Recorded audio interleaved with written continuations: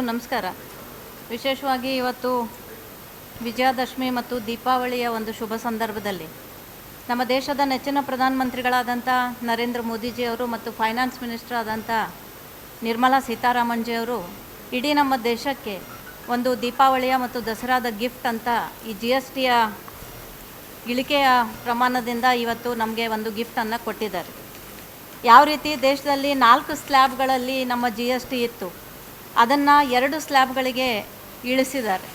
ವಿಶೇಷವಾಗಿ 5%, 12%, 18% ಮತ್ತು 28% ಇರ್ತಕ್ಕಂಥ 4 ಸ್ಲ್ಯಾಬ್ನ ಒಂದು GSTನ ಇವತ್ತು 5% ಮತ್ತು 18%ಗೆ ಇಳಿಕೆಯಾಗಿರೋದನ್ನು ನೋಡಿದರೆ ಸುಮಾರು ನಮ್ಮ ದೇಶದ 140 ಕೋಟಿ ಜನತೆಗೆ ಇದು ಒಂದು ಲಾಭ ಆಗಿದೆ. ಅದಕ್ಕೆ ನಾವು ಈ ಒಂದು ನಿಮಿತ್ತವಾಗಿ ಅಭಿನಂದನೆಯನ್ನು ನಮ್ಮ ಮೋದಿಜಿಯವ್ರಿಗೆ ಕೊಡ್ತಾ ಇದ್ದೀವಿ. ಇದು ಇವತ್ತು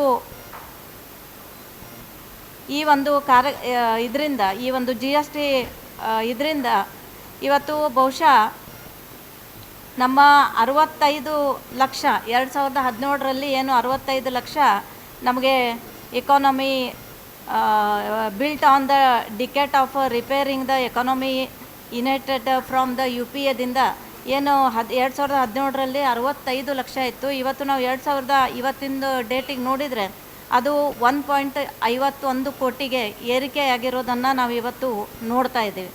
ಅದೇ ರೀತಿಯಾಗಿ ವಿಶೇಷವಾಗಿ ನಮ್ಮ PMAY ಅಲೋಕೇಶನ್ ಕೂಡ ಇವತ್ತು 4% ಇದು ಕೂಡ ನಾವು ಇವತ್ತು ಏರಿಕೆ ಆಗಿರೋದನ್ನು ಮತ್ತು ಒಳ್ಳೆ ರೀತಿಯಿಂದ ಎಲ್ಲ ಕಡೆಗೂ ಈ ಒಂದು ಸ್ಕೀಮ್ ಇಂಪ್ಲಿಮೆಂಟ್ ಆಗಿರೋದನ್ನು ಕೂಡ ನಾವು ನೋಡ್ತಾ ಇದ್ದೀವಿ.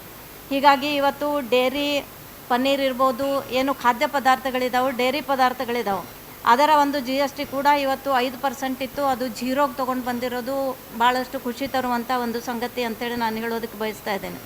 ಅದೇ ರೀತಿ ಗ್ರೋಸರಿನಲ್ಲೂ ಕೂಡ 12%ರಿಂದ 5%ಗೆ ಇಳಿಕೆಯಾಗಿರೋದು ಕೂಡ ನಾವೆಲ್ಲರೂ ನೋಡ್ತಾ ಇದ್ದೀವಿ.